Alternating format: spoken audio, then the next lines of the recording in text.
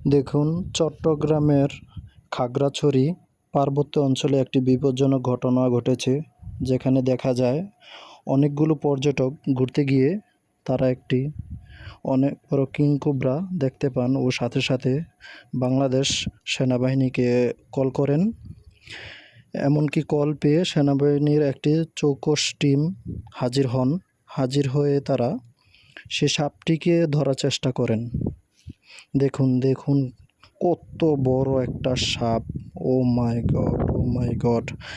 আর বাংলাদেশের সেনাবাহিনীর দুটি সদস্য খুব চেষ্টা করতেছে। দেখুন, আসলে পার্বত্য অঞ্চলে ও মাই গড, কত বড় সাপ! দেখুন দেখুন এটা একটা কমপক্ষে 10 থেকে 12 হাত লম্বা হতে পারে সাপটি।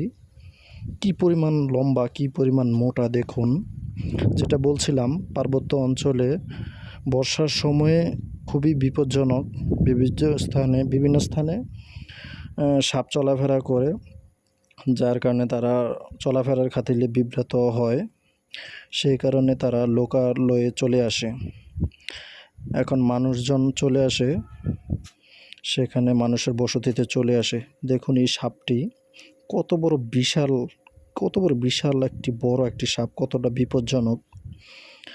বাংলাদেশ সেনাবাহিনী কতটা হেল্পফুল দেখুন, তারা প্রতিটা কাজে সেনাবাহিনী এরকম দক্ষতার সাথে তারা পরিচয় দেয়।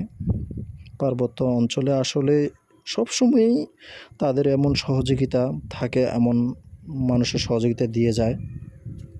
দেখুন, বাংলাদেশ সেনাবাহিনীর পাশাপাশি একজন উপজাতি ভাইও আছে, যে ভাইটি সাপ ধরার জন্য সহযোগিতা করতেছে।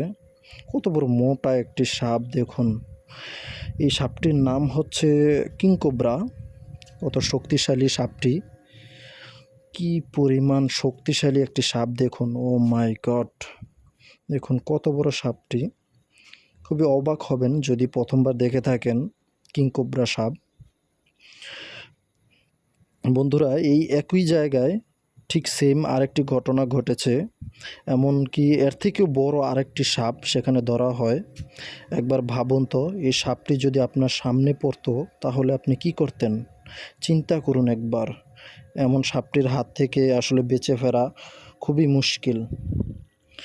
শেষ পর্যন্ত সাপটিকে একটি আপনার ব্যাগের মধ্যে ঢোকানো হচ্ছে, যেটাকে সাপটিকে বন্দি করতেছে চিড়িয়াখানায় নিয়ে যাওয়ার জন্য।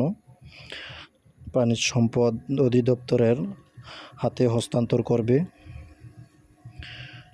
অধীনস্থ হাতে সঁপে দিবেন তারা।